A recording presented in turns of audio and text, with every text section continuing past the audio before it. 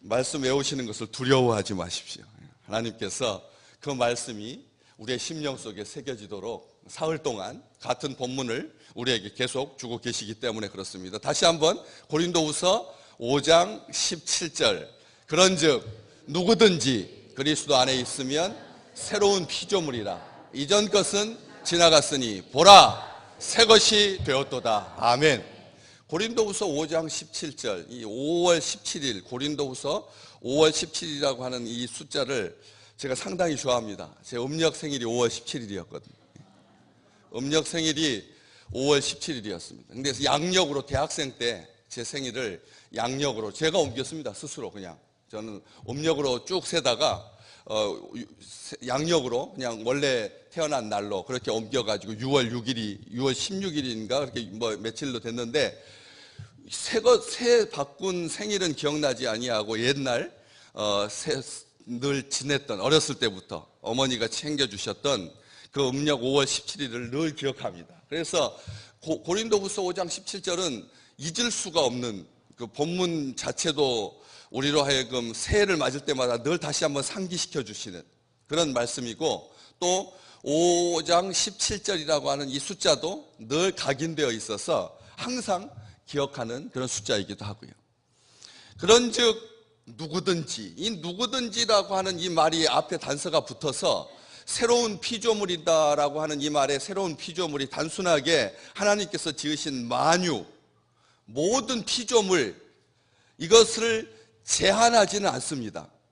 우리가 그리스도 안에 있으면 새로운 피조물이다라고 하는 이 말 속에 앞에 누구든지라고 하는 말을 앞에 붙여놓고 시작을 하고 있기 때문에 피조물, 만물을 새롭게 하신다라고 하는 그 말씀 속에 나를 향하게 되는 거죠.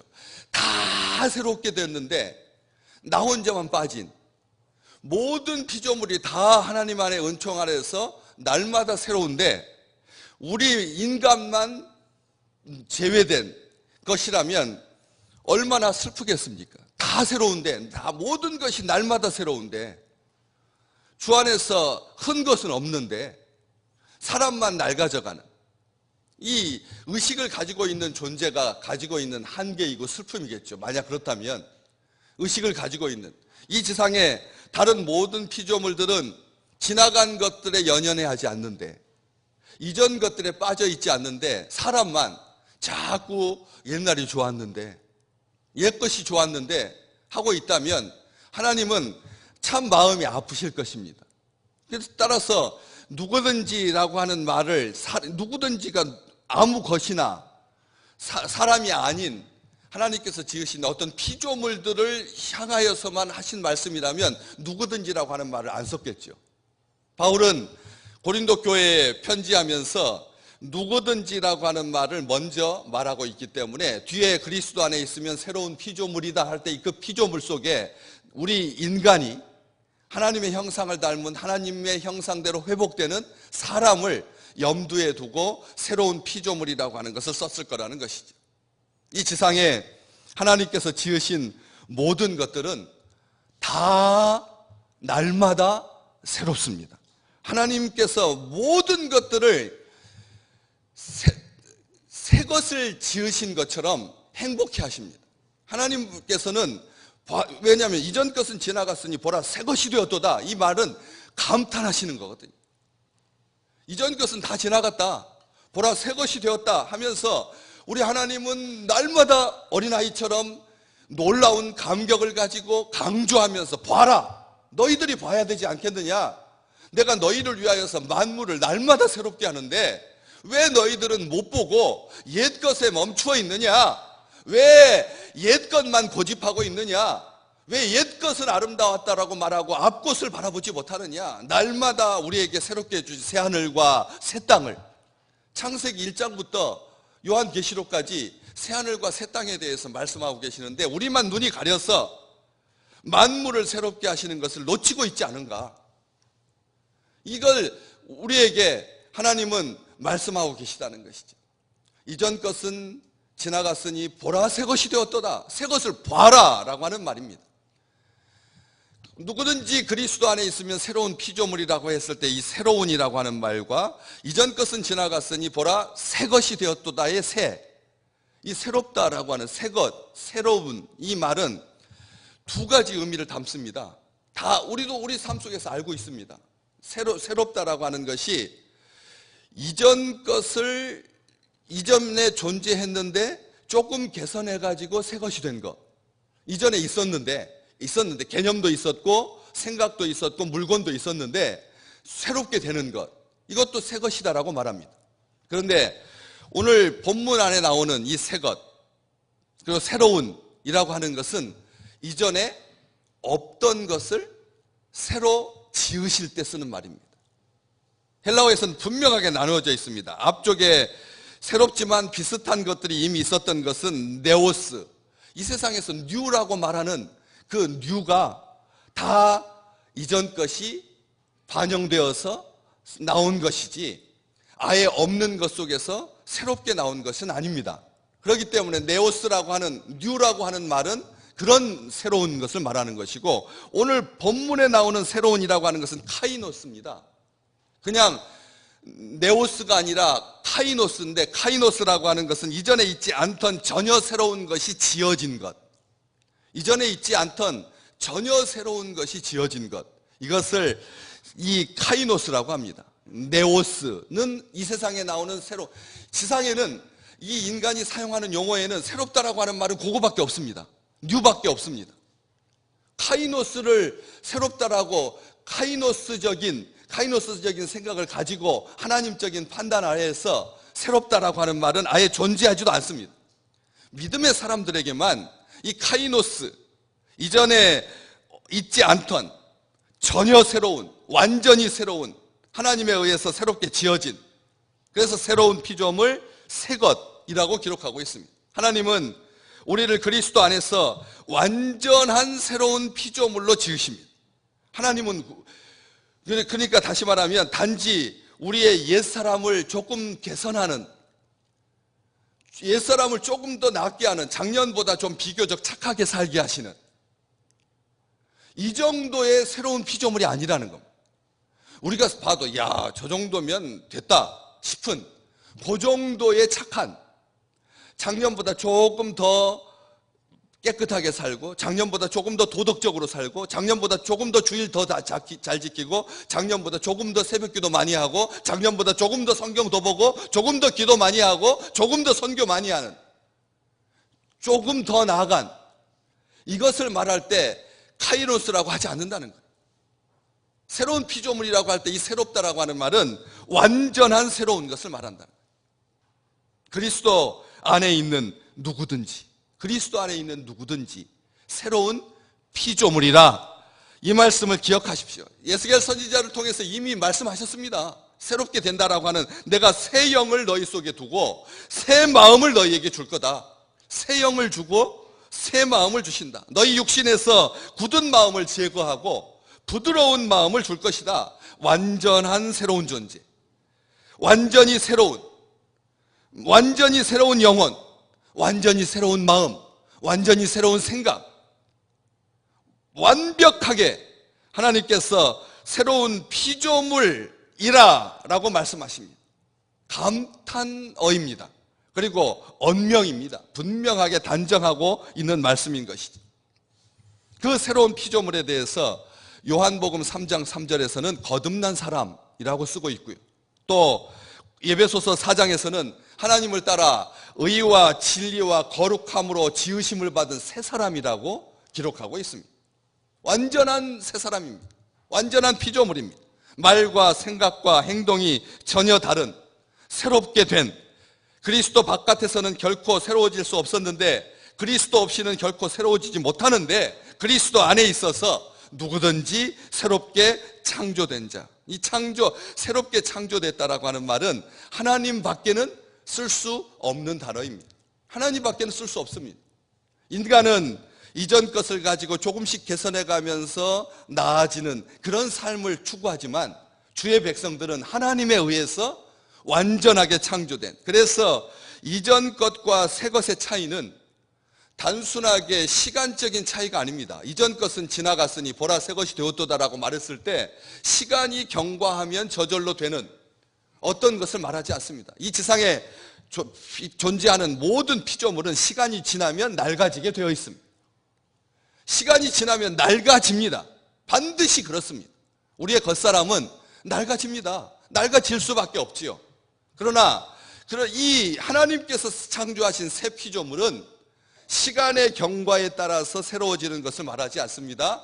또 어떤 외적인 변화나 아니면 분위기의 차이를 말하지 않습니다. 우리가 각오를 열심히 하죠. 우리가 새롭게 살아야겠다. 새 사람으로 새 일을 행하겠다.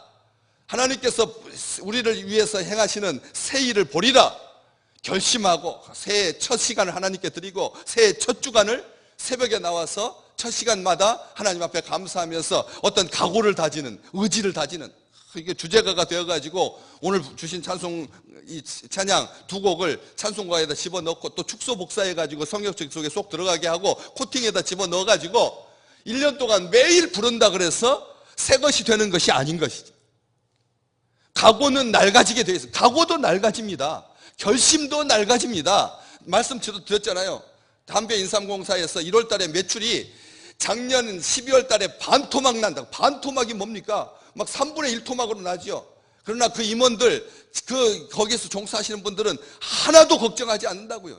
2월 되면 다시 똑같이 담배 다 피우니까, 술 다 다시 마시니까 걱정하지 않습니다. 염려하지 않습니다. 사람들의 새 각오는 낡아질 수밖에 없습니다. 각오도 낡아지고 결심도 낡아지고 노력도 낡아지고 새 것을 향한 희구와 갈망과 추구도 낡아질 수밖에 없습니다. 따라서 이전 것과 새 것이라고 하는 이 차이는 무슨 차이입니까? 근본적인 차이인데 죄사함을 받았느냐 안 받았느냐의 차이입니다. 그걸 어떻게 알 수 있습니까? 그 뒤에 18절 말씀을 통해서 알 수가 있습니다. 고린도후서 5장 17절까지만 본다면 그냥 단순하게 옛 것 새 것일 텐데, 이전 것 그 다음에 새 것일 텐데 18절에 보면 같이 읽어볼까요? 모든 것이 하나님께로서 났으며 그가 그리스도로 말미암아 우리를 자기와 화목하게 하시고 또 우리에게 화목하게 하는 직분을 주셨다. 이전 것과 새 것은 하나님과 화목하게 되었느냐 안 되었느냐를 말하는 거다. 단순하게 분위기가 새 것으로 바뀐 것이 아니라 하나님과의 관계가 그리스도 안에서 죄의 문제가 해결되고 완전하게 새롭게 되어서 그리스도에 의해서 죄의 문제가 처리되었기 때문에 하나님과 화해가 가능하고, 무엇보다도 결정적인 건 그것은 하나님과의 관계가 바뀐 것이라는 것이죠. 우리는 하나님과의 관계가 바뀐 존재들입니다. 모르는 사람들은 피조물들을 바라보면서 새 의지를 결심하죠. 안 그렇습니까?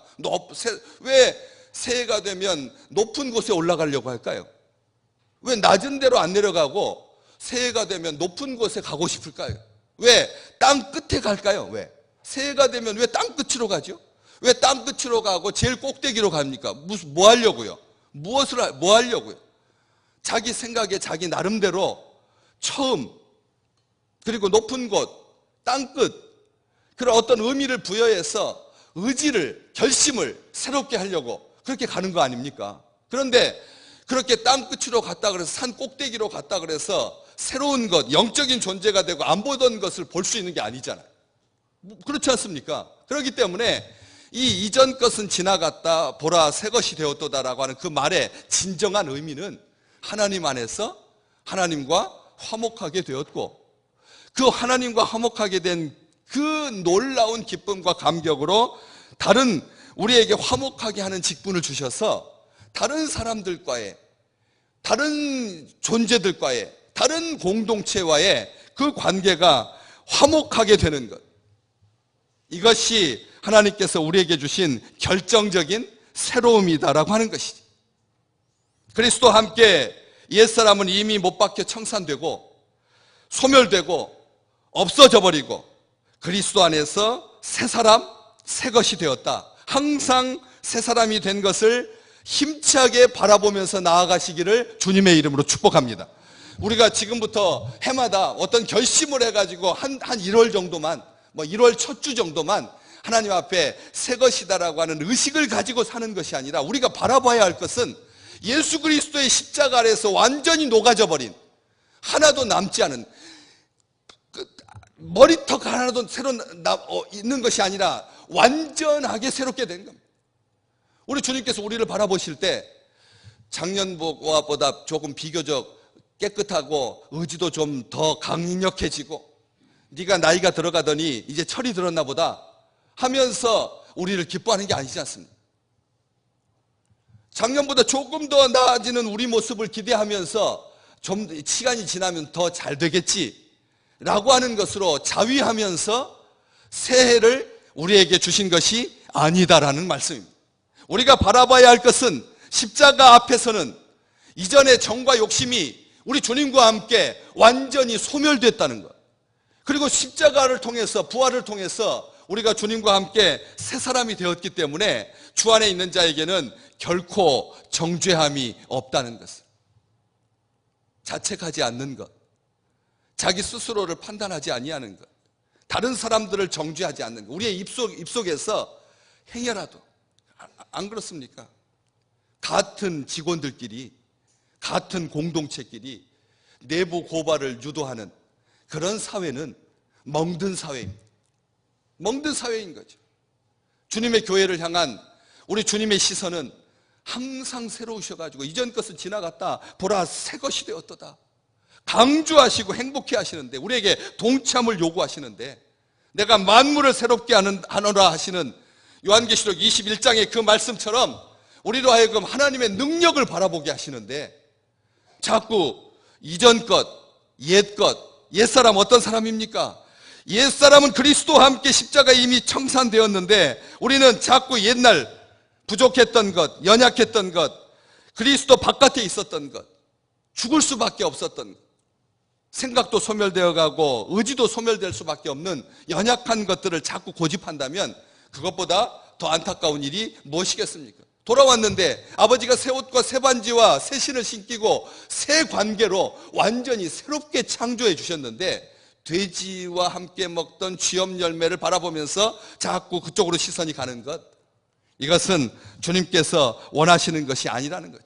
죽은 나는 없습니다. 옛사람은 없는 겁니다. 아예 종결되었습니다. 죄로 죽을 나를 우리 주님께서 살려주셨는데, 오직 내게는 소망 대신 주님만 계시는데, 우리 죄는 약합니다. 그렇지만 그리스도는 강하십니다. 우리는 부족하지만 우리 주님은 충만하십니다. 우리는 소망도 환경에 따라서 좌우되지만 우리 주님에게는 영원한 궁극적인 소망이 있습니다. 우리는 그분과 연결되어 있고 그분과 소통하고 그분과 연합되어 있습니다. 옛사람은 그분과 함께 죽었고 새 피조물로 그분과 함께 부활한 우리는 새로운 피조물입니다. 단순하게 옛 것보다 분위기가 약간 좋아진 개선된 사람이 아니다라고 하는 것이지, 무엇보다도 잃어버렸던 하나님의 형상을 회복한 존재가 된 그리스도로 말미암아서 하나님과 화목하게 되어서 하나님을 아는 자로, 하나님과 교통하는 자로 하나님께서 공급해 주시는 능력과 지혜로 사시기를 주님의 이름으로 축복합니다. 새해는 내 힘으로 살려고 하면 우리는 약한 존재입니다.